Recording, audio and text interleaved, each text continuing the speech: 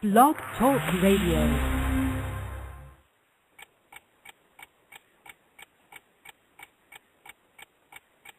One, two, you hear the clock ticking? Tick, tock. You're about to stop living. Tick, tock. I want you to remember me. Tick, tock. But the day don't have no memory. I'm coming! Nobody can stop me. Nobody can... All right, welcome to the Jeff Mayweather Show. No time for introductory music. We're going to go ahead and get right into it tonight. My name is Alex Iserman, and joined as always by Jeff Mayweather. Jeff, how you doing tonight, buddy? I'm good. And yourself? Not too bad. You still in the car, or are you home yet? I'm still in the car. All right, well, you know, it's weeks like this, not much going on to talk about really in the boxing world, but we'll wing it. We'll find something to talk about, I'm sure. Got a great show tonight. First, we're going to be joined by, actually right now he's joining us, Judge Robert Hoyle. We're going to be talking to him in just one moment. And in the bottom half of the hour, we're going to be joined by Andre Dirrell, a fabulous fighter in his own right. So let's get right to it. Robert, welcome to the show. You're on with myself and Jeff Mayweather. How are you doing tonight? Hey, I'm doing great, buddy. Thank you for this opportunity. Yeah, we've been trying to get you on for it seems like a couple months now, so glad to finally get you on. And of course, this is as good a time as any with the events over the weekend. Well, let's get your thoughts.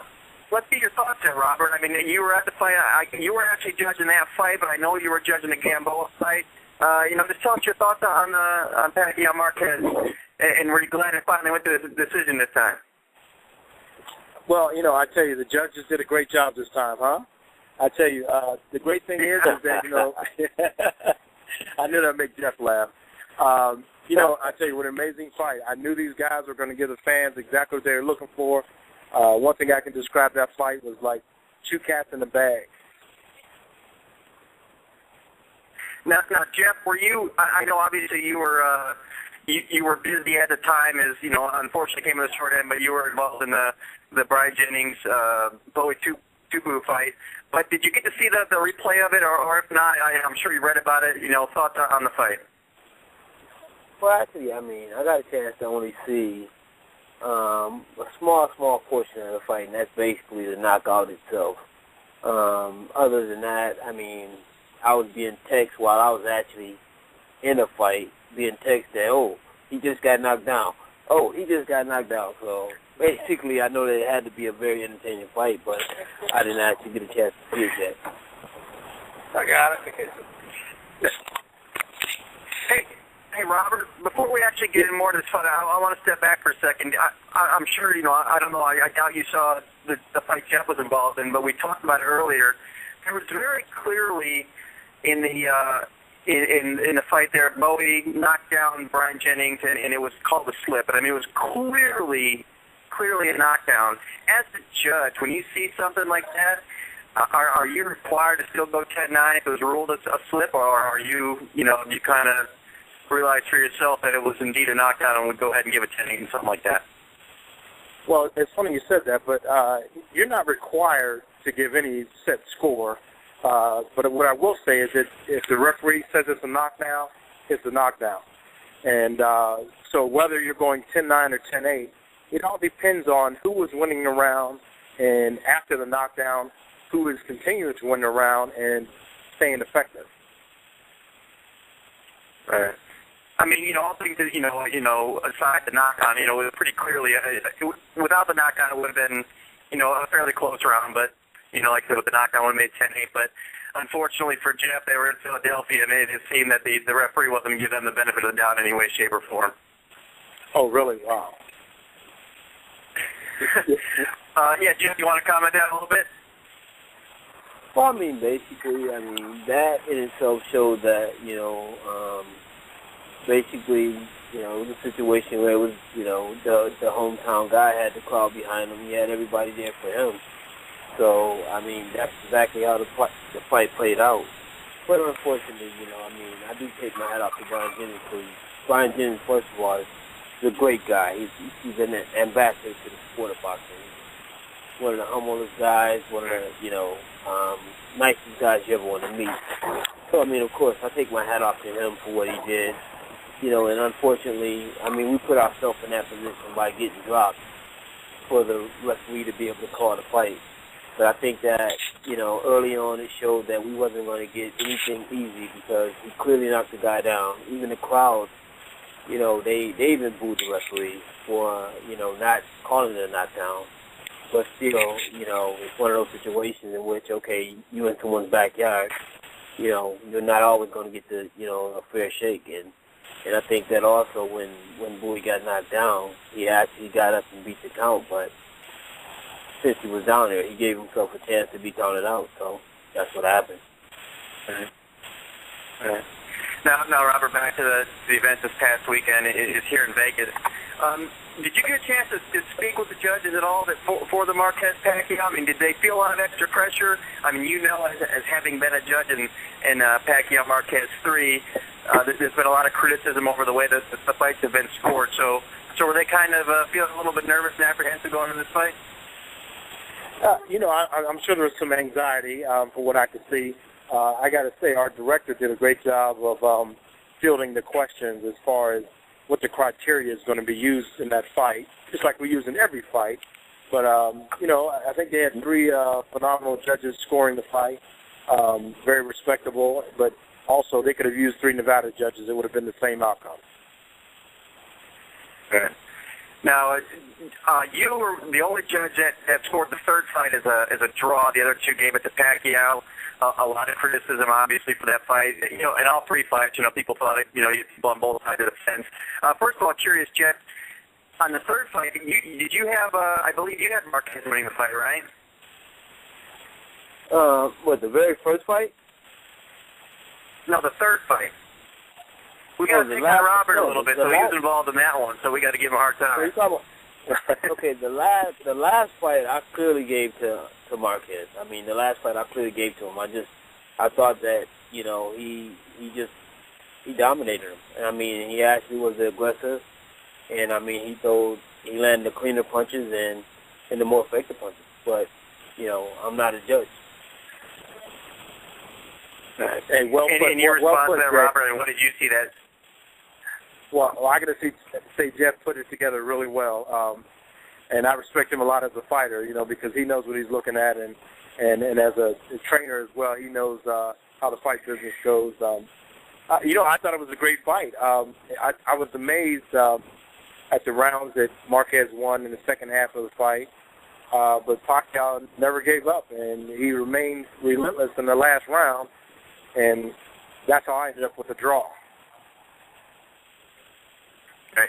And how hard is it for you as a judge? You know, obviously you hear about the hometown cooking or that kind of thing. You know, neither one of them are from Vegas, but you know, when the crowd is so into it, how is it? You know, is it hard for you to not be swayed by the cheers and the boos or whatever, and you know, and lean one way, or you know, how do you handle that as a judge? Well, I tell you, it's not that hard because you're concentrating so hard. I completely block out the crowd. Every once in a while, you hear them root for their guy, and you know, I think that's wonderful. The fans come to root for their guy, and they want to see him win. But unfortunately, they're scoring the fight with their heart, whereas us judges, we have to score the fights with our mind using the criteria set up for scoring boxing. Right. Now, let me ask this too, as far as why do you think it is? I'm not asking you to throw your fellow judge under the bus or anything like that, but why is it that you think that there's such a prevalence of you know, the hometown scores and that kind of thing? What do you think leads to that and causes stuff like that? Well, you know, I know it happens, but the thing is that I think that you know, that's where some of the commissioners have to get involved and talk with some of these guys, or make sure they're getting in or it could be just the fact that they don't have proper training. You know, one of the benefits of living in Vegas is that, you know, we don't really have a hometown fighter. You know, our economic engine is not built around one fighter, because most of the fighters we have come to town, I mean, they're visiting from somewhere else. So, you know, for me personally, I have no personal interest but to do my job. I think the integrity of the sport relies on me doing my job. Well, you touched on it there. How are judges evaluated, and how are they, given proper training, that kind of thing? What does it take to be a judge and keep that position, and what can get it taken away? Well, what I do, I'll tell you, I belong to 4 organizations, and I attend all their conventions and do a lot of the training, and I get my ABC certification. I do the testing for that. I watch a lot of fights, 4 fights with other judges, and I really try to partner myself with some of the judges that I think are the most skilled and try to adopt their philosophy. That's $1 million fight? Right. Hey. What are you doing, Jeff? You getting out of your car or something? No. I will be sure. All right. Hey, Robert, the other thing is, it seems that we only talk about judges. It's kind of like, referees in football and umpires in baseball. You only get recognized when you screw up. Do you feel that way? And how frustrating is it to be in a job when people only know what you're doing when you screw up? Well, I think anything, if you screw up, you need to fess up, and hopefully, somebody can rectify the situation. But being a judge is you're under the fire, So when that bell rings at the end of that round, you got to know, and you have to have been concentrating hard enough to score that round appropriately. Now, I have heard other judges say that if they did lose their concentration, the fairest score they could give a round would be a 10-10. Again, like I said, we don't have that liberty to not concentrate in that round. The fighters earn that they earn that respect. Like I said, that's our job. We got hired to give them 3 minutes of concentration, and that's what I do. And I know a lot of other judges try to do the same. Right. Have you ever had some crazy fan or anything approach you after a fight and give you a hard time? Anything, stories like that? Let's see. Well, I get fans come up to me. Well, even in the Pacquiao Marquez fight, I had fans come up to me and tell me straight out that Marquez won the fight. And I said, I almost had him winning the fight, but I almost had Pacquiao winning the fight as well. So, but like I said, most fans, and I appreciate their input, but most of these guys are looking at the fight from their heart. Now you've been around for quite a while. What was the biggest event? Was it the Pacquiao Marquez? Was that the biggest fight that you were ever a part of, or what was your biggest event? Oh man, I've done some exciting ones. I've done Mayweather Cotto, Mayweather Mosley, Klitschko, Chris Berg in Germany. I've done a lot of fights overseas. The Pacquiao Marquez had a lot of intrigue built into it, but I treat every fight the same. I treat the championship fights the same way I do the 4-round fights because, it's still the same concentration. You're still paying attention to the same details, and, I try to stay consistent with that philosophy. All right. I mean, obviously the fights are the same. Is there any huge difference as far as, when you go over to the Philippines or wherever and judge the fight? I mean, is it a lot different for you? You know what? The fans and the promoters and the commission, they appreciate officials that are visiting more often than others, and so it's it's a different. It's a more. I don't know how to describe it, but it's a big deal. Everybody wants to do a fight in Vegas, and Vegas is the most exciting place to do fights. But we get the big fights all the time, and when you go somewhere where they don't get all the big fights, it's really a big deal, and I appreciate that. And I really appreciate the sport. Now, Jeff, you said the same thing, right? When you go overseas, it's kind of I guess explain the difference because you said it's kind of a big deal over there. When you go over there, people are really liking to talk to you in media and that kind of thing. So do you think outside the United States, boxing is just a lot bigger deal? Well, I mean, I just think that, of course, I mean, with my last name being what it is, of course, to some people that's a big deal. I mean, when I was in Belfast, Ireland, a couple weeks ago, I mean, I got more press and more autograph signings, more pictures than Tyson Fury and Kevin Johnson, put together. So I mean, in that aspect. But I already knew that, you know, in the UK that Mayweather's name was real huge. So, I mean, not that I expected it, but, you know, I did get a chance to feel the love. It was appreciated. Yeah. Jeff, what do you? I think you got a pretty bad reception there. I think that's you, Jeff. I don't know what you're doing, but it sounds like a highway or something in the background there. Robert, we talked a little while ago. You said you never worked you never got a chance to work a Jeff fight, right?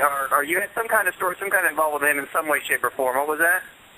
Well, yeah, no, I used to be an inspector, so I had the privilege of working in Jeff's corner as an inspector for the Athletic Commission. Well, see, yeah, I guess you're lucky because back in those days he didn't have his cell phone with him. He couldn't be texting anybody, but which he said he was doing even this last fight.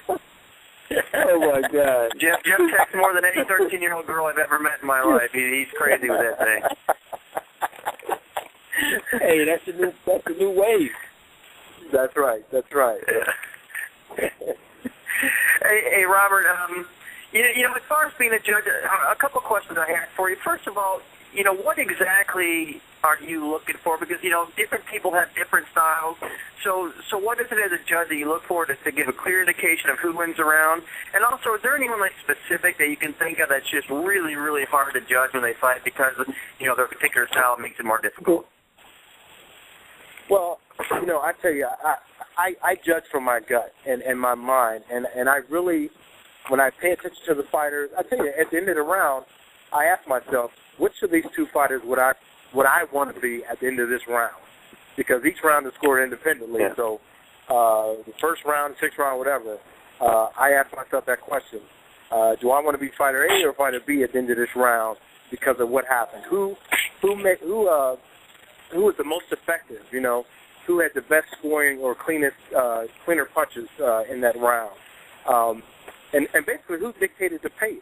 Now, you can tell when a guy is controlling the action, and that's important. You know, some fighters come in there with a game plan, or I should say a war plan, and they stick to that war plan, and they're effective, whether they're a counterpuncher or, you know, or they're just an aggressive fighter.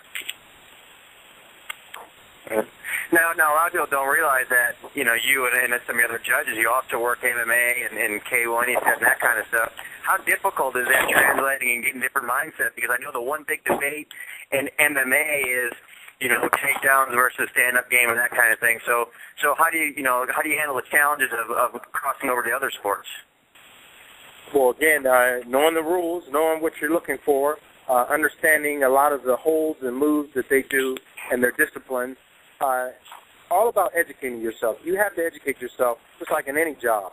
You know, whether you're a doctor, lawyer, fireman, a chef, you know, or just a housekeeper. You know, you got to educate yourself on how you're going to do that job. And that's the thing with MMA, K1, whatever it might be. You need to know what you're watching. You got to know what you're watching and paying attention to. Yeah. Do you have a particular thing that in MMA that you kind of lean towards? I mean, do you really how do you rate the takedowns? Is that super important to you, or if a guy's on, I know the big criticism is laying prey, guys get on top and they don't do anything. I mean, are you pretty cognizant of the fact that just because the guy's on top doesn't necessarily mean that he's winning the fight? Well, I tell you, a takedown is huge. A lot of these guys are skilled at preventing other guys from taking them down. And for you to actually get a guy to that point where you can take him down to the ground and control him and dominate him on the ground, there's guys that are on the bottom that are doing more damage than the guy on the top. So, again, like I said, you got to be paying attention to what's going on and actually who is really controlling that action. But like I said, a takedown is huge.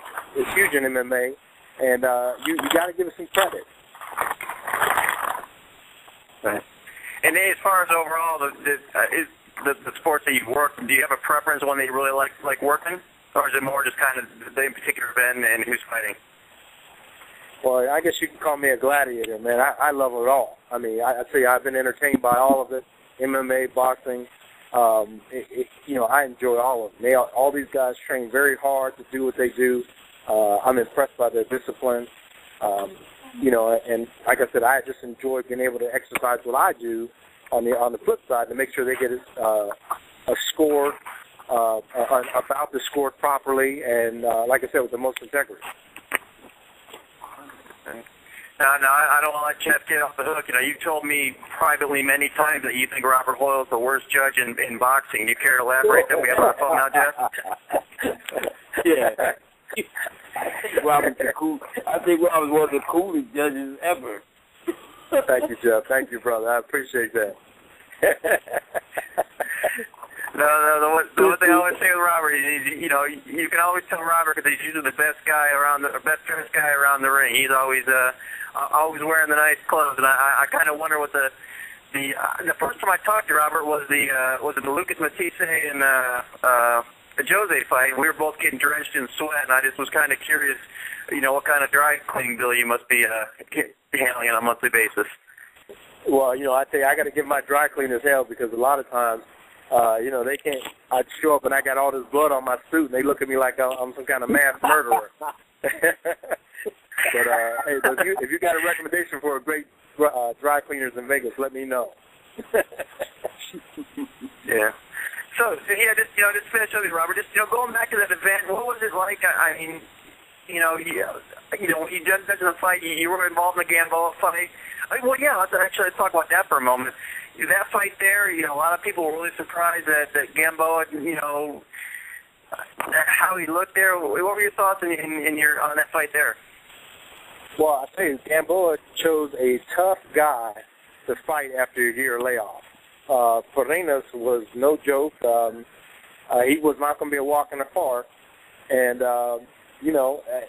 as you can see, I mean, he gave Gamboa, with the knockdown, I mean, you see he has the power to do almost anything he wanted to do in the ring. Right. I mean, unfortunately for it was a pretty wide score, so you didn't have to worry too much about that, even though, Gamboa didn't look good all the time, but he still clearly won the decision. Any fights in your career that you've gone back and you looked and said, I might have screwed that one up or anything like that? The bad part about it is when you watch a fight live, like I said, when you're sitting ringside and you're scoring a fight, you will never get that perspective back again. So you can't watching that same fight on TV or sitting back a few rows and watching it. It's two different fights. And so, there's fights that I've done that have been close, but then when I watch it on TV, it's a totally different fight. Yeah, because the one I think I mentioned you, the one that I clearly changed my opinion on, maybe the fact that it had to do with my age and things was, and I think a lot of people have changed their opinions on it, was the old Sugar Ray Leonard, Barbara Hagler fight. I watched it live, and I thought that Leonard won, and then I watched it, a couple of years later, and, I changed my opinion, and I thought Hagler won. So, but I guess, in your instance, watching a TV line, that's a huge difference. I saw them both on TV, but yeah, I mean,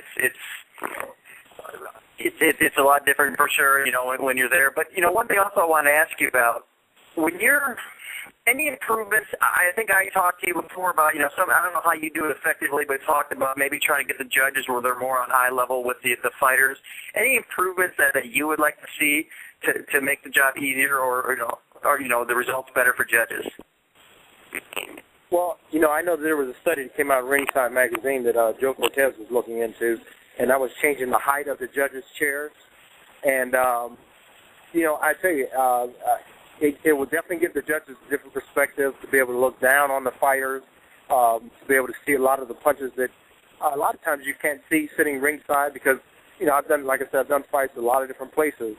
And I've been places where I've sat in chairs where my eyes were almost the same height as the ring itself. And I've gone places where I was almost as high as the top rope. So, I think, really if somebody came out with a standardized chair at a certain height, it might be more effective to help the judges see the fighter a little bit better. I think that might help. But we do our best. For myself, I'll get up out of my chair and I'll move around and try to get the best perspective. I'm trying to get as much information to process in that round so I can come up with an effective score. All right. Jeff, what about besides replacing Robert Hoyle? Anything else you can do to make judges better? No. I think that's pretty much all they need to do, right? They replace Robert, they're good to go. That's it. Well, Jeff, I know you said you were, the last thing before we'll wrap it up here, but when you were a fighter, and obviously as a trainer, you've been on the wrong end of a lot of decisions you thought were particularly crappy. Just give us a couple of them and just kind of explain for folks, what you think can go wrong there. Well, I mean, I think that sometimes, fights are it's just blatant. I mean, like, so, we were in Argentina, and the promoter, I mean, he was kind of arrogant, and he was even willing to bet on his fighter as a promoter, and that I couldn't understand. So basically, you're the promoter, and you can bet against his opponent. I mean, so that in itself, that kind of scared me. But and it showed, with the decision. I mean, it was a horrible decision. We went back and got a second shot at it and was able to, to retain the title the next time around. But that was probably one of the worst rivalries I've seen. I've seen, the fight. Of course, everybody's seen the fight with Paul Williams and Lara, and I think that probably maybe 95% of the people thought that Lara won the fight and won the fight clearly. And don't get me wrong, that's one thing, like with Robert, I know sometimes, even in watching the fight, like he said, that you're ringside. And sometimes when you're ringside, sometimes you can't see everything. And sometimes you're only getting to see one portion of the fight because you're only watching from one spot. You're not getting a clear view of everything. So sometimes your decision can be swayed a little bit, one way or the other. So I mean, I understand that, but at the same time, I mean, sometimes some of these fights are so blatant and so clear that I mean, you do have to question the judges. And I think that in the case with the Lara and Williams fight, I think that that the commission did the right thing by suspending these guys. Robert, what was the fight that you were involved in that was the most criticized for your decision? Was it the Pacquiao-Marquez 3, or was it a different one? I would say that's probably the only one that had the most intrigue. So as far as being criticized, I don't really have a fight that I got criticized on, but that's the one that created the most dialogue. Okay. And another thing that Jeff had mentioned there as we wrap this up is, I guess you kind of delicately ask the question and, tread softly because I know it's a really touchy area, but him talking about the promoter and that kind of thing. As a judge, is it really difficult for you? I mean, are there opportunities or situations that present themselves that you really cause you to have to be really careful and, honorable to the sport? Well, let me put it to you like this. I tell other judges this all the time, is that scorecard has my name at the bottom. It doesn't have any promoter's name or any commission. So if you as an individual don't respect your own name, you're going to fail in the sport. Well, my name's all I got. And I don't have the millions like a lot of these promoters have to make a mistake and bounce back. I screw up. I ruin my name in this sport. And this sport is so small, I'm done. So for me personally, I have to respect my name, but most importantly, this sport is bigger than me. And like I said, I have to make sure that I uphold to the most highest integrity of this sport because, I want to see it grow. This is a sport that I get paid to work in, and to make it look better is the best thing I can do. Well, we appreciate, you clarifying that and spending some time with us tonight and going over the event there. So I really appreciate having you on. Anything else you want to add before we let you go? Well, hey, Jeff knows I've always been one of his biggest fans. I tell you, like I said, he was always a great fighter and trainer as far as I'm concerned, and he's always been like a friend. I know we haven't really been that close, but he's always been a great guy, and it's been a great opportunity to be on the air talking with him. And Alex, I want to thank you for this opportunity. Yes, we're bringing you back. You want to handle that, Jeff? What's that? I said we're bringing you back. Now you being. That's the quickest way to get invited back. Now you being a sounding board.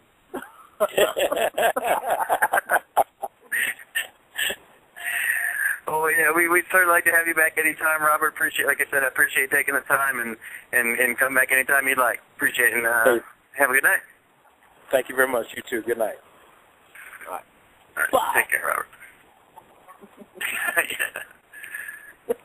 All right, that was Robert Hoyle there. Thanks so much to him for taking the time with us. I guess, Jeff, you must pay some of these people off, they talk so kindly to you, because they don't tell me that much when I'm talking to them off air, but, whatever works for you.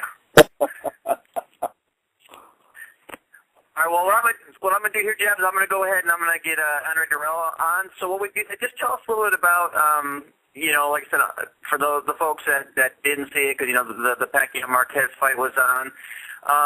Your thoughts on the fight with Bowie, and then where do you go from here? I mean, it's always tough, coming off a loss.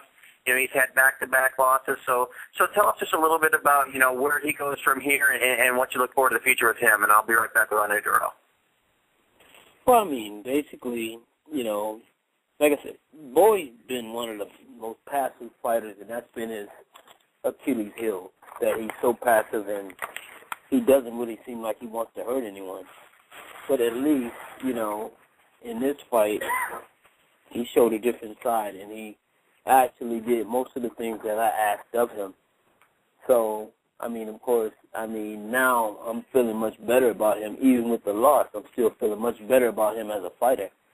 And of course, we just got to go back to the gym and work on other things, and, and hopefully the next time around, we can turn things around. But, he was one punch away from, changing his career from being, a guy that's actually climbing the ladder, actually get ready to, fight a huge fight, And so, with that being said, hopefully, now we can get back on the right track, and maybe that part of him being so gentle, being so kind, maybe he understands now that in the ring there's no place for that.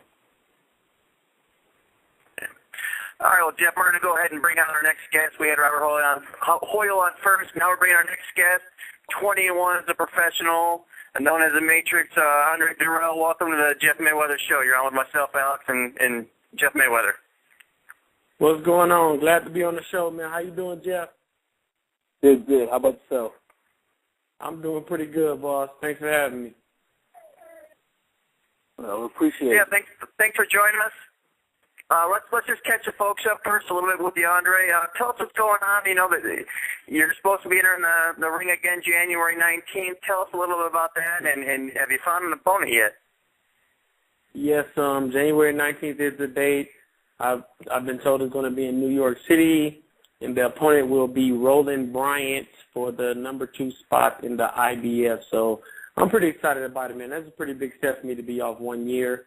Not competition-wise, and it's a positive step seeing that I'm getting so close to another championship, heading on back into this game, man. So I'm feeling pretty good about the situation. I'm signed 50 Cent now.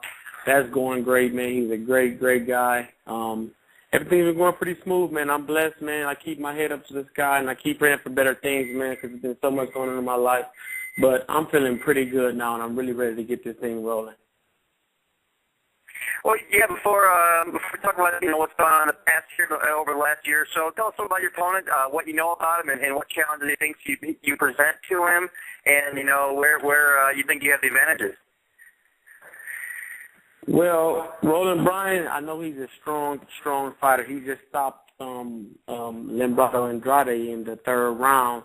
So we know he has power, man, because Limbrado is one tough guy to stop, man. And he did that 3rd round, man, so I'll pretty give him praise for that.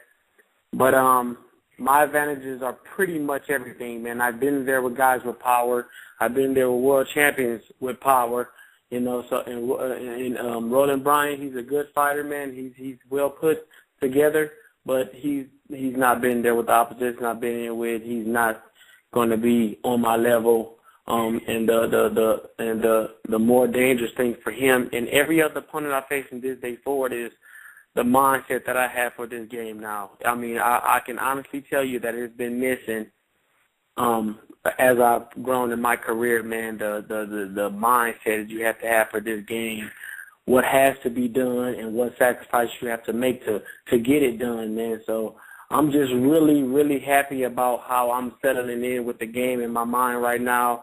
I'm feeling great, man, and I just really, really, really can't wait to get in there and show the world a new me, As far as working in the gym, my punch output is higher. As far as putting more time in the gym, it's more, you know, and just the passion. I feel the raw passion for the sport, and that's what's been missing in my life, man. There's no doubt in my mind that once I start this, that I will not be stopped. Jeff, you know, your thoughts on Andre, and I know you're familiar with them both from Michigan, as am I. Just, you know, your thoughts on him as a fighter. I know you've been around quite a bit in the gym, so just, you know, give us your thoughts on Andre. Well, I think that he's probably one of the most elusive fighters, you know, in the world right now. And I think that he has, you know, blazing hand speed, and that he's a force to be reckoned with. And that's for anybody. And let's go over Andre. You know, you kind of touched on it. It's been really eventful, you know, last year for you know, at least outside of the ring. You know, go ahead and just, you know, you've had some physical issues going back to the Super 6 there. Kind of explain, you know, how you are physically and what you've gone through over the past 12 months. The past 12 months, I can take it back 3 years if you like. You know, the last I fought twice in the last 3 years. That means I've taken a whole year off of the game. You know, somewhere in between those 3 years. And that means I have to put in extra work to catch up, man. So now I'm playing catch up. That's where my mind is at now. And it's been stressful, man. I'm not gonna lie. I'm not gonna sugarcoat it. I hated every minute of it. It's like sitting back and you watching all these guys fighting. You know you have the chance to beat these guys and they're winning world championships. So I'm sitting there. I can't wait to watch the fights. I love to keep my mind involved in boxing. So I'm watching the fight. Andre Ward's fighting Chad Dawson. You have Kessler fighting McGee. You just have all of these fighters. Austin Trout fighting Cotto. You know, you just have all of these fights you're looking forward to. You're having a positive outlook on it, but then once the fight goes off, the stress hits me. You know, I'm like, damn, that could be me. So it's a form of jealousy. Yes, I am jealous because I know that I can beat these guys. I know that I can beat these guys. I know I can get the job done just like these guys. So it touched me, man. Every single time I watch a fight, I'll be so excited to watch it. It goes off. And I'm sitting there like this, man, what is going on with my career? What am I doing? You know, so it's been really touchy, man. I've even shed a few tears, time and time again, you know. But it's just like a Ferrari, man. You take a Ferrari, paint it up, make it look good. One of the best Ferraris out there, man. The only thing it's missing is an engine, man. It's just sitting there. You know, what good is a Ferrari if it's just sitting there? It can't go nowhere. You know, and that's how I feel, man. I'm on top of my game. I'm one of the best fighters out there, and I'm ready to get it going, man. I'm ready to stall this engine and get it moving, man. I've got the gas, you know, so I'm really ready to get to work, man. It's been stressful, and like I said, things have been looking up for a while now. And one of the biggest things is my fans constantly asking me, when are you fighting again? When are you fighting again? Or the most irritating thing is when they say, why aren't you fighting enough? Why aren't you fighting enough? When they have to understand that my whole situation has been this. I've got the neurological problem with Abraham. I had to sit out. After that, I had a fight with Al Heyman. I had the setup with Al Heyman, and then I had to let him go.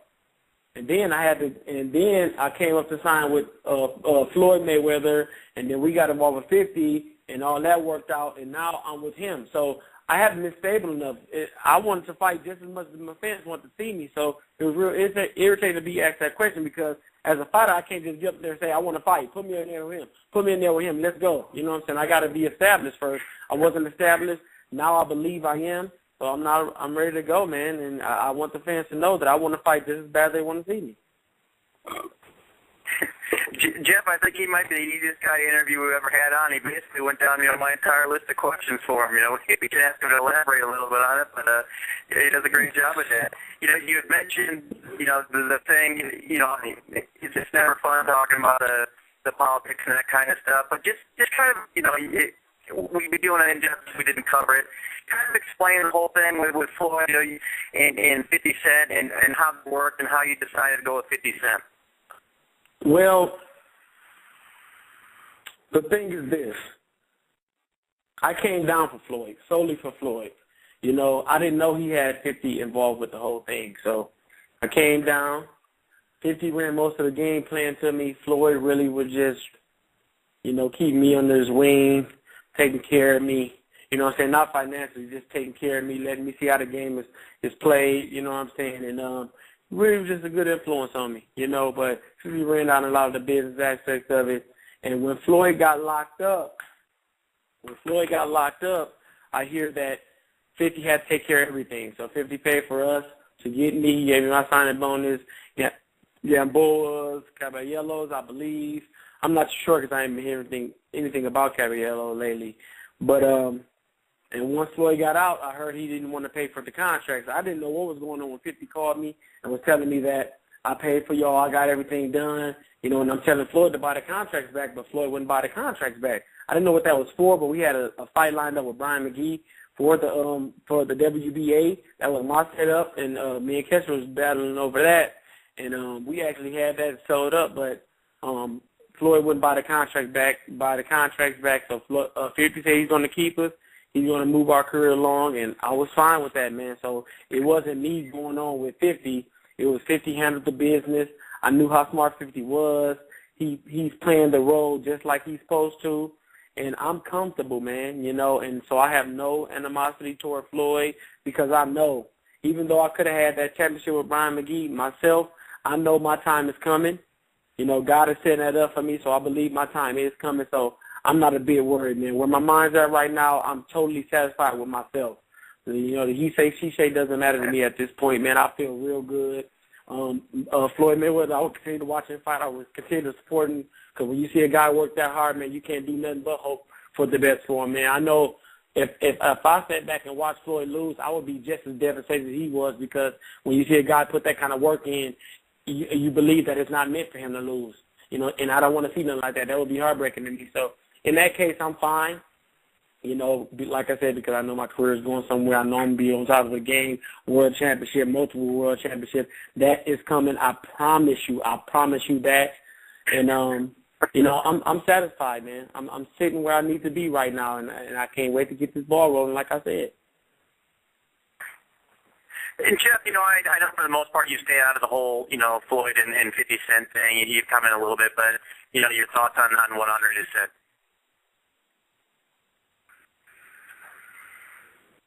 And, we lost Jeff. Holy crap. Sorry about that. We'll go ahead. We'll get him there back in just 1 second, Andre.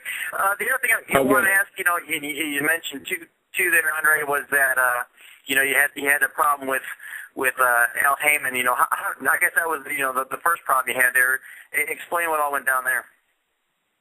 Well, we just had some, we just had problems with them as far as, meeting our demands. We had questions about when we fought Froch. It's all dated back from when we fought Froch, and seeing Andre Ward get everything he wanted, all of his demands pretty much met in the Super 6, meant that Al could have did something for me in the Froch fight. I don't hold that Froch fight against me. I don't dwell on that fight, but if you look back at it, I was going over there against all odds. No one believed I would win. It was my first championship fight. It was out of the country. It was in his backyard.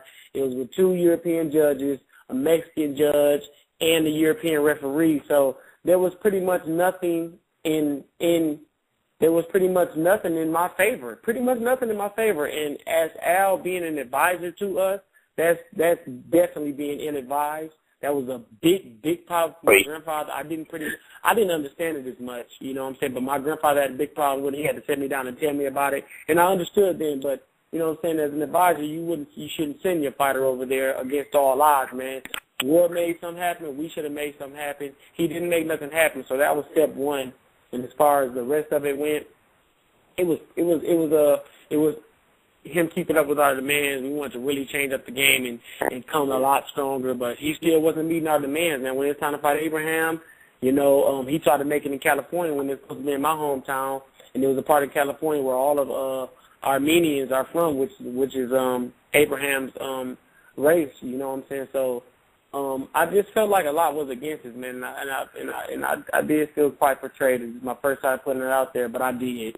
You know what I'm saying? I just didn't understand why he would ill-advise us like that. So it was what it was. Everybody got their hometown fight. I got mine. I didn't have too many fans at my venue simply because Al decided to promote it. It was promoted wrong. It wasn't put together right. You know, so all of this stuff, man, just let me know that he pretty much couldn't pull no strings. You know, and I felt like I need somebody to pull strings for me, man. So I really want to take a different route, and that's why I decided to leave. All right. Hey, Jeff, I don't know what point you cut off, but did you hear his comments on the situation with Floyd and 50 Cent? And if so, your reaction to that? No, I didn't hear it. Okay, go ahead and repeat it all, Andre. No, we'll just move on from that. Andre, the one thing, you know, you're from Flint. You know, I've said it before. I'm from the mean streets of West Bloomfield, so I know what it's like there in Flint. Same kind of situation. No, West Bloomfield's a little different, but it's pretty much like being a fighter from that area. You know, have you ever been to West Bloomfield? Huh? I say, have you ever been to West Bloomfield? I just know the name. I just know the city, but no, I haven't been there, and I know it's not Flint. Okay, well, it's a pretty rough place, so just avoid if you can. No, but going to Flint, you know, it's obviously gone through some tough times. Explain a little about being a fighter from that area, you know, and what you feel, you know, representing the city. It feels it's a big positive output for me because a city's so down. We need athletes, we need mentors, we need role models, we need fathers, we need everything, man. So any little bit helps, and I believe I can contribute a lot to my city. So being able to contribute to a city that really needs it, man, I'm glad I'm from Flint or any other poverty-stricken city that would be. I feel like athletes should be very proud of that, man, because you can bring so much back to the city, and that's what I'm looking for in doing, you know. But it's really hard there, man. We're at 64 murders. The latest murder was yesterday. The murder before that was the day before yesterday, and that involved a man, a 22-year-old man, and a mother, which was the latest. That's our 64th homicide. So as far as homicides go, it's pretty bad, man. I really want to see a big change there. You know, we're only 2 from the record, but I feel like if the news keep promoting that situation, then the situation will only get worse. We shouldn't even bring up how many the number of murders we got, man. We should leave it alone, figure out a better way to promote the city, man. Anytime you hear about Flint, that's what you hear about the bad, the negative side of it, man. When in fact, there is a lot of positives. So we have a lot of great athletes in there, man. So I'm really looking just to contribute back to the city. I feel honored to fight from Flint, to be from Flint, and put Flint back on the map, man. We're hoping to do that pretty soon. So I couldn't see it any other way, man. I'm glad I'm from there. I believe being from Flint really got me in the situation I'm in today because I know I didn't want to be there for the rest of my life, man. You know, I did want to make a change for myself, and I know if I can get myself out of the streets, and a lot of other kids could get themselves out of the streets as well, man. You just have to show them the way, and being a role model in me, you know, I really want to bring something back to them, have talks with them, and see a different cycle. You know, Flint is on his downfall right now, but I believe we will pick it back up one day. Yeah. Jeff, there's something I want to get your thoughts on, too. First, we'll get to Andre, you know, touching on the being a role model and getting out of the city and that kind of thing. And what is it that, you know, that allowed you to not fall, you know, victim to the violence of the city and the negative parts of it and lift yourself up and become successful? My girl. Oh, yeah, go ahead. I think you're talking to me. Are you talking to me? No, I'll ask Andre first, and then we'll ask Jeff about, you know, his situation. So go ahead first, Andre. Oh, you told okay, so you heard me. Well, my grandfather pretty much stayed in our ear. You know, my father was absent in our life. That's where he stepped up to the plate and took care of us from there. So, you know, I commend my grandfather for that, man. He's been taking care of so many of us, man. He has so many grandkids, man. And he doesn't look at any of us any different. You know, no matter how big I get, no matter how successful, he will see that other one just as big as me, just as successful because he wants to see a better life for her. So, my grandfather pretty much kept me out of the street. It all went his way, and I'm glad it did. And as I got older and older into the sport, man, you know, I've been realizing like my brother, I follow my uncle, my big cousin, my big brother, and they all quit when they pretty much turned 18, man. And that's what I said I do. When I turn 18, I'm gonna quit too. You know what I'm saying? Because boxing's hard. A kid can't see himself doing that for the rest of his life. You know what I'm saying? He wants to go outside, play, go to the park, play with his friends. Well, in my situation, I was in the gym 24/7. I would get out of high school. We would even run to school, middle school to high school. When we moved, my grandfather, he had us running to school. When we got out of school, we went to track practice, got out of track practice or wrestling practice, and went straight to the gym. So our whole days consisted of boxing. And it just really didn't make no sense to me that we had been worked like that, man. But I turned 17. I did my first Open National Tournament. I went out there and took over, and I won the outstanding championship, the outstanding trophy of the tournament. And once I hit 17, man, I realized that this sport is for me, man. And I look back at my childhood, man, I had a blast. I had fun. I wouldn't trade anything for the world. If I could do it again, I'd do it again. You know, so my grandfather was a big motivating factor in it, man, and I commend him for that. I love the man to death. So I really want to see him get this championship as well as me. And Jeff, what about for you? I know Grand Rapids doesn't have quite as much crime and difficulties as Flint has, but as far as you growing up, how did you keep yourself on the straight and narrow and avoid the temptations of doing wrong? For the most part, anyway. I know you were kind of a little creepy kid, but I mean, I guess I was always my own person. I was never a follower, so anything that was made, it was made by me. So I never had that problem at all, ever. Damn. And I mean, was it? So never. I mean, was it with your older brothers around, or was it the same thing with Andre? Said he'd always be in the gym and training, that kind of thing. That really kind of helped you avoid even the prospect of anything. I mean, I think that possibly did, but at the same time, I mean, I was always a person that, I never was a follower. And most of the time, when you have a person that's involved in gang activity, they're followers because there's somebody leading them to do what they're doing. So that's never been the case with me. I've always been a person that basically, I always paid for myself. So I never had that problem when it comes to being led to do something that I felt was wrong. So, that just never was the case for me. I never was one of those people that seemed like I came from a poverty-stricken, none of that stuff.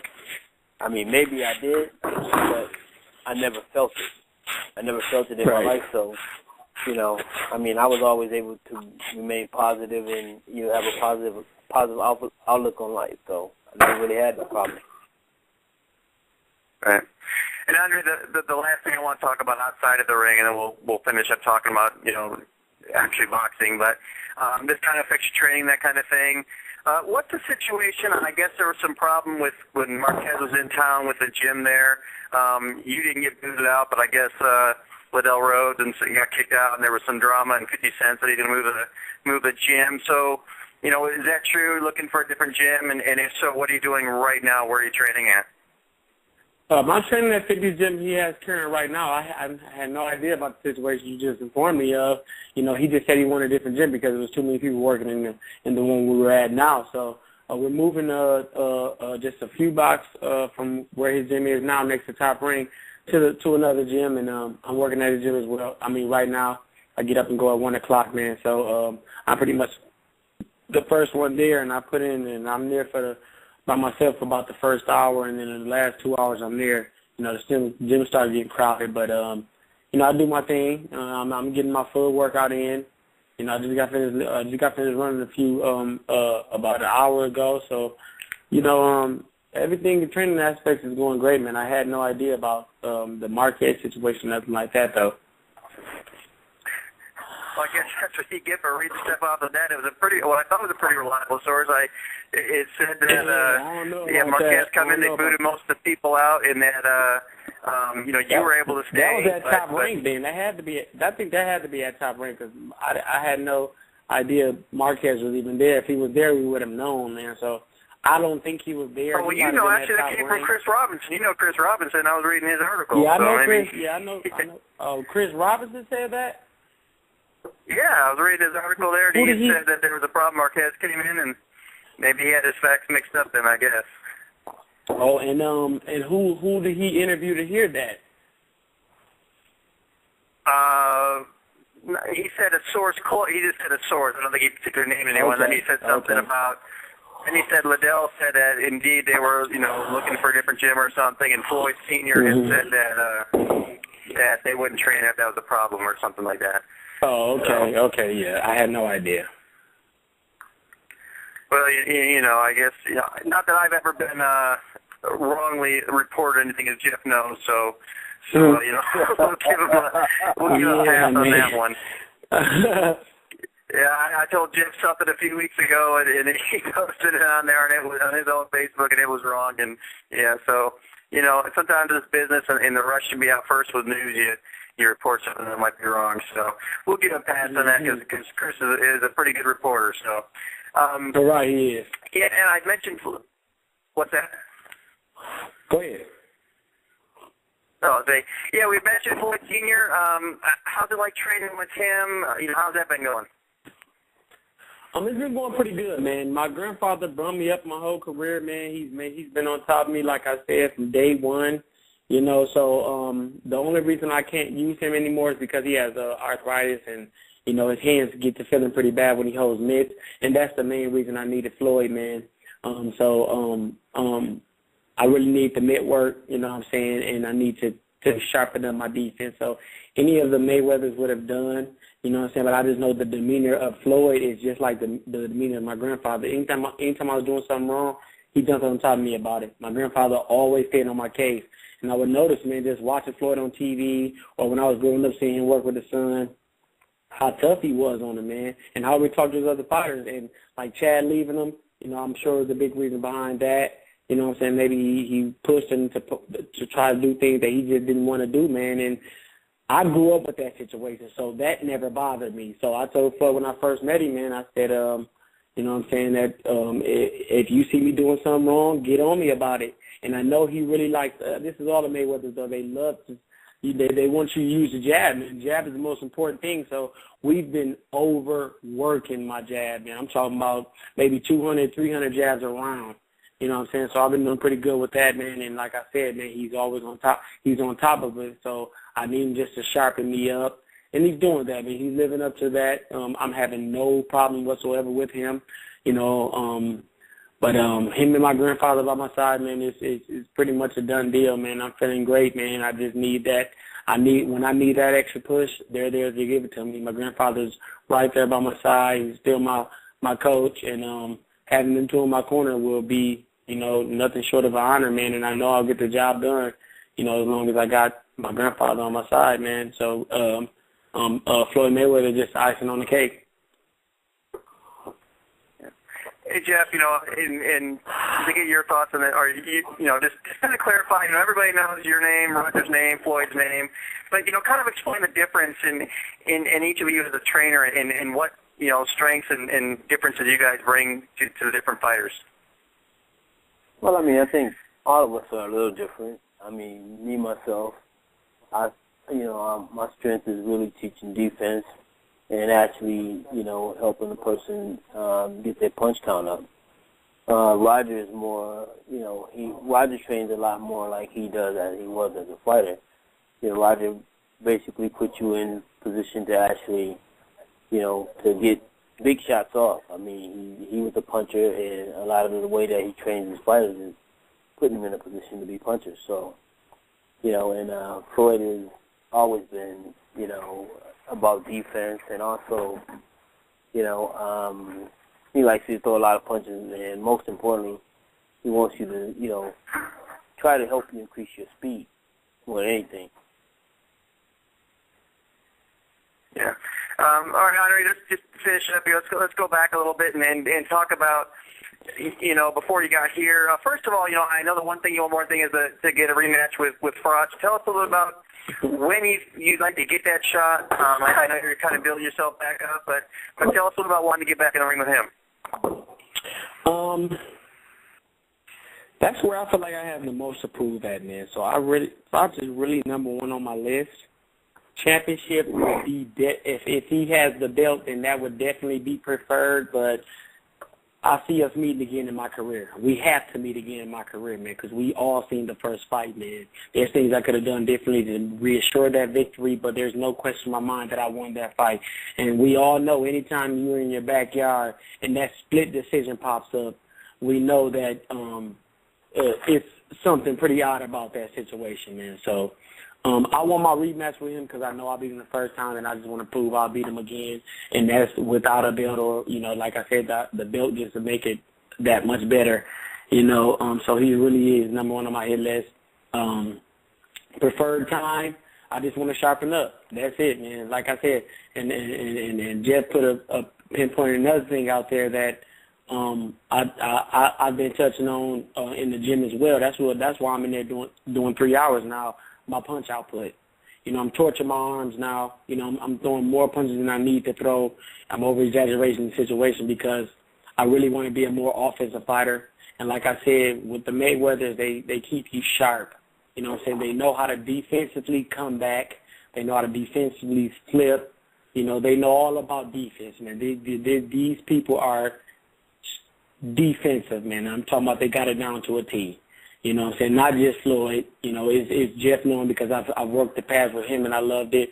I work with Roger and I loved it, and I work with Big Floyd right now at the current moment, and I'm loving it, man. So I know as a whole unit that they have that sold up, man. And my punch output is so important to me right now. So I'm torching my arms, and working on my defense at the same time, man. When you see a guy like me fight, you'll see a guy miss, and you won't see him paying for it. You'll see me make a miss, and I'll move out the way, thus giving him the will to keep coming and trying to land that shot. But when you sit in the pocket, you slip a punch, you block a punch, you roll on one, they show you how to come back on it. And when you capitalize on counter punches or you capitalize when you make a miss, then that'll have them scared to throw, man. And that's what I'm trying to really pick up on, man. And once I get them scared to throw, that's when my offense ability to take over, and it'll be just a pressure-packed fight the whole time. You won't see no gap between us. If he's on me, then I'm keeping him off. If once he backs off, I'm jumping on him. That's how I want to be from now on, man. My mind is motivated to be the best Andre Dirrell possible. I know for a fact I haven't even seen it. Not even the Abraham fight. My mind wasn't where it's at now, So we all know what that means. If he can do as good as he did in the Abraham fight, but fight like that and have a stronger demeanor about the game, then he'll take over, man. So I'm feeling good about that situation, man. I'm working my ass off, man, and I'm really feeling good, man. So I just really want to keep training, keep pushing myself, play catch-up for the first fight, and then start lining them up after that, man, because it's really going to happen from here, man. I'm telling you, this is I'm 110% sure, man, that I'm going to take over this weight division soon to come, man, and hopefully moving up to 78 doing that as well, man. Right now I'm walking around at 174, 173 I just weighed in, 173.6, so weight is not a problem anymore. I'm disciplined in that factor as well. And I'm just ready to go, man. Sharpen me up, man. I want to be as sharp as attack. I hope you and the fans and the listeners can really feel the passion that I'm having about this game right now because, aside from my family, my kids, and Jesus Christ, this is first, man. I'm about to put this first in my life, and it has to be done. You know what I'm saying? Because that's the only way I can feed my family. That's the only way I can feed myself. That's the only way I can be successful at this point, man. And I sincerely feel that I would take over the game. Great. I just want to ask you one more thing on that, and then I'll ask Jeff to follow up with with his thoughts on the mental aspect. But you touched on it several times throughout the interview, talking about that your mind wasn't necessarily where it should be. That's clearly one of the criticisms you get from, us keyboard warriors and people that just sit, behind the computers and talk about, how terrible everybody is. But, going back to the Abraham fight, you caught a lot of crap for that. I'm sure you talked it to death, but, just kind of explain going through there, a lot of people said, that you were looking for the way out, that you exaggerated on the hit kind of thing. So just kind of go over that real quick and what went on there. Well, I won't go over it anymore because I'm totally past. I'm honestly sick of talking about it. You know what I'm saying? I just can't. I can never get over the fact how he can hit me when I'm down. You know what I'm saying? Me taking over the fight the whole time. Why would I be looking for a way out? You know what I'm saying? I'm nothing short of perfect. You know what I'm saying? I'm handling mine. And what caused everybody, I believe, to fall into he's faking he's an actor? Well, you heard Abraham say it first. Dirrell's an actor. Dirrell's an actor. So, that gives everybody the leeway right there. And we know a big European fan base is involved with that. You know what I'm saying? He has one hell of a following. So they all stuck with that. It bothered me at first, but, like I said, man, I knew then again I'd get back on my feet and keep it rolling. So it's something I put behind me just like I put the fight behind me, man.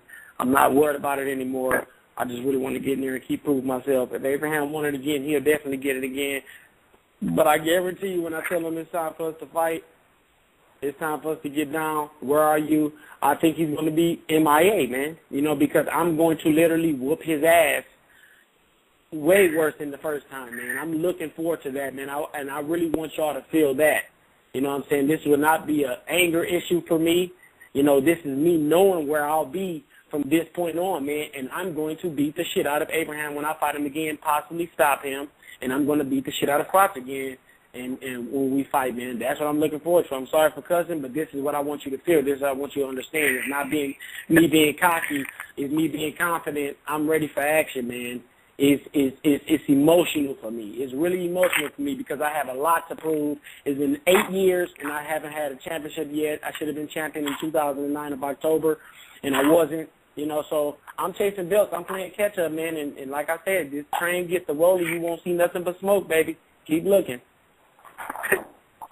We don't mind the swearing. I know Jeff's a little delicate. He doesn't like the foul language too much, but that's okay. He can deal with that.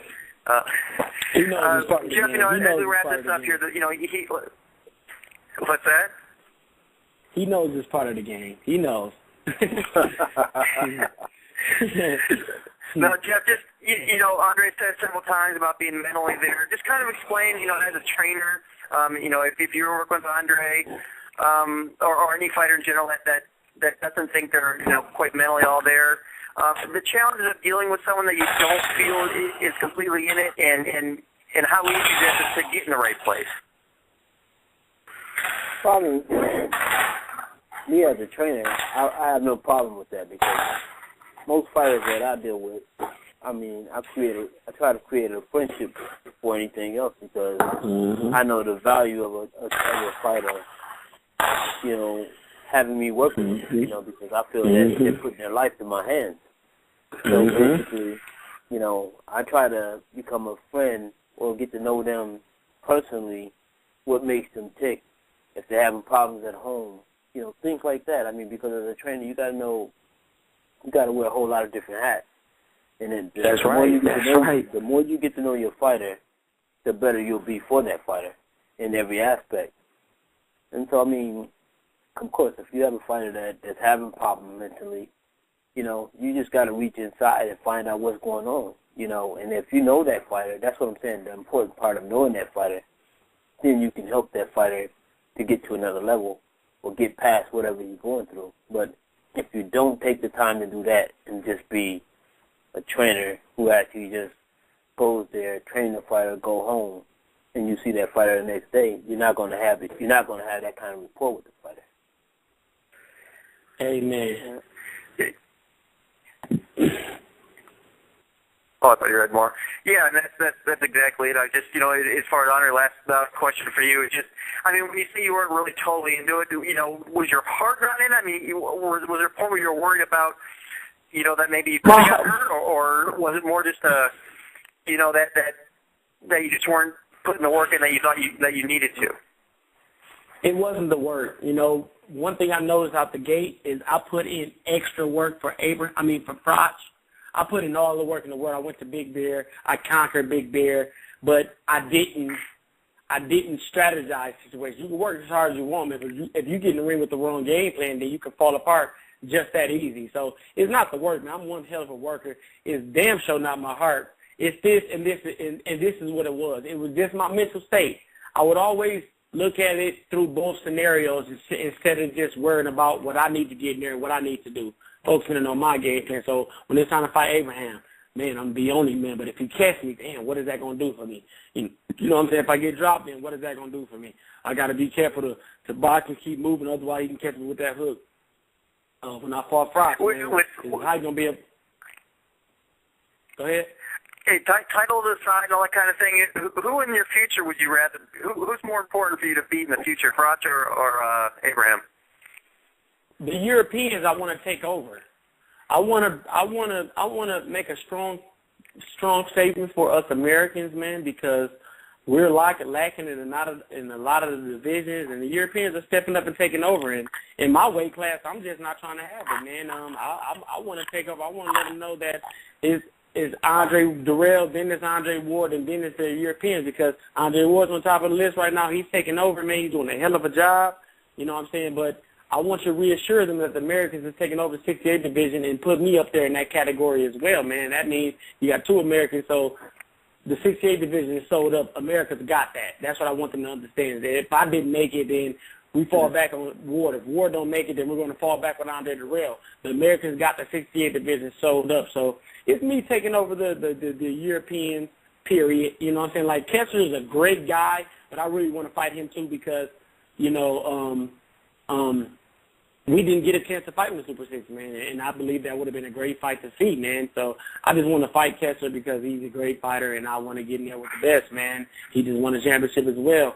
You know, I mean, when I first met him in the Super 6, you know, I needed some hand wraps. He gave me his, man, and he's, like I said, he's a laughable guy, man. He's great with conversation. Kessler's a good guy, man. I really like him a lot, man. You know, but when it's crunch time, it's time to get down there and get it done. I really want to do that, man. So, like I said, I want to take over the Europeans, man. Once I make them statements with the Europeans, then me and Andre Ward will meet. You know what I'm saying? Because I don't just up and deserve to get in the ring and fight Andre Ward yet, man. I mean, we see the stage he's on. We say where I'm at. So I want to deserve fighting him. I want to earn fighting him. You know, when you hear about Andre Ward and Andre Dirrell, most people are going to say Andre Ward will demolish Dirrell because what has Dirrell been doing? He's been inactive. He hasn't been doing nothing. So in categories, he's that much more far above me because he's been active. He's been fighting, man. So when it's time to fight, you're going to say, all right, let's finally see Ward beat Dirrell. You know what I'm saying? Or some people will say, I believe Dirrell has the style to beat Ward. He's the only one left. You'll hear that. But when it comes down to fight, you're going to say, all right, let's watch Ward beat Dirrell like we said. I want to establish myself, get my career set up, and win these belts and meet Andre Ward at the end because I know that can be in line for a mega fight, and I want a mega fight. I've been to Pacquiao's fights. I've been to Mayweather fights. I've seen mega fights, and I've seen boxing matches, and mega fights totally take the cake compared to just boxing matches, man. The crowd is there. The atmosphere is there, and I want that, man. When I'm in the mega fight, then I know I'm a mega fighter. I know that I'm where I need to be. When you talk about a mega fight, you're talking about not one champion, you're talking about two. Not one champion, two champions, man. So I want to get in there with Ward when it's much deserved, much obliged, and it just has to be seen. Well, it totally sounds like, you know, you are, at least for what you're saying, that mentally you are back there. And what I really appreciate about you is that, you know, it's unlike a lot of fighters that get on here, you know, and they might be 5-0, never fought anybody. They think they're ready for a championship shot and that kind of thing. And it sounds like you're really realistic about where you are. You know, you're confident where you can be, but at this moment that you really know where you belong and what you need to do, and that's really refreshing to hear. And like I said, it sounds like totally you're mentally there, and we look forward to it in the future. And you know, it sounds like great things are ahead, and you can get all the drama, the physical issues, and the behind-the-scenes stuff out of your way, and we can see you back in the ring on January 19th doing your thing, and hopefully not so long after that. So just wrapping up, tell the folks, where they can keep up with you. You do the social media, the Twitter, the Facebook, that kind of thing. Well, Andre Dirrell on Twitter, Andre Dirrell on Instagram, and Andre Dirrell on Facebook. I got probably like maybe 600 more friends I can set on Facebook. I try to keep up with all of my fans as possible. So send your friend request on Facebook if you need to. Thanks for having me, man. I'm just glad I'm back. I really want you guys to, if you don't know the name Andre Dirrell, then I want y'all to get in tune with it because it's something you're going to be hearing a lot more of in the years to come, man. So just be prepared, man. Right. Jeff, any closing words for Andre? No, just wish him the best. Continue success with his career. I mean, I think, I expect great things out of Andre. All right, yeah, Andre. We, like I said, thanks so much for joining us tonight. It sounds like you're ready to fight right now, so we're really looking forward to that.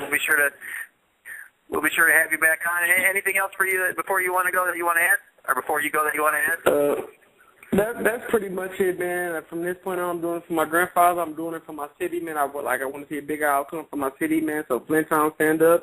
I would love to bring some positive back there. I'm working on that now for my grandfather. When it's time for that championship belt to come, it'll be around your waist and not mine. All right, Andre, thanks so much, and best of luck to you, and thanks for joining us tonight. All right, thanks for having me, man. Appreciate it, Jeff, man. Thanks for the encouraging words. And like I said, thanks for having me, man. Yeah, keep up the good work, man. I appreciate it. Mm-hmm. All right, that was Andre Dirrell. Thanks so much to him for joining us. In the first half hour, we had Robert Hoyle. Thanks to him for joining us as well. Great to get a judge's perspective. We always had the fighters and that kind of thing, so good to get a different aspect. Jeff, that's going to wrap it up tonight. Andre's a big talker, so we went a little longer than we wanted to, but that's okay. Anything else that you want to add or touch on before we check up for the night? Nope. Bye. Bye. All right, for Jeff Mayweather, check him out on Twitter, Jeff Mayweather1, and then check out the Facebook like page, Jeff Mayweather's Pro Boxing Insider or Pro MMA Insider. You can follow us there, and of course visit the website Pro Boxing Insider, ProMMAinsider.com. That's going to do it for tonight. Again, thanks to our guests, thanks for Jeff, and we will talk to you next week. Take care. 1, 2, you hear the clock ticking, tick tock. You about to stop living, tick tock.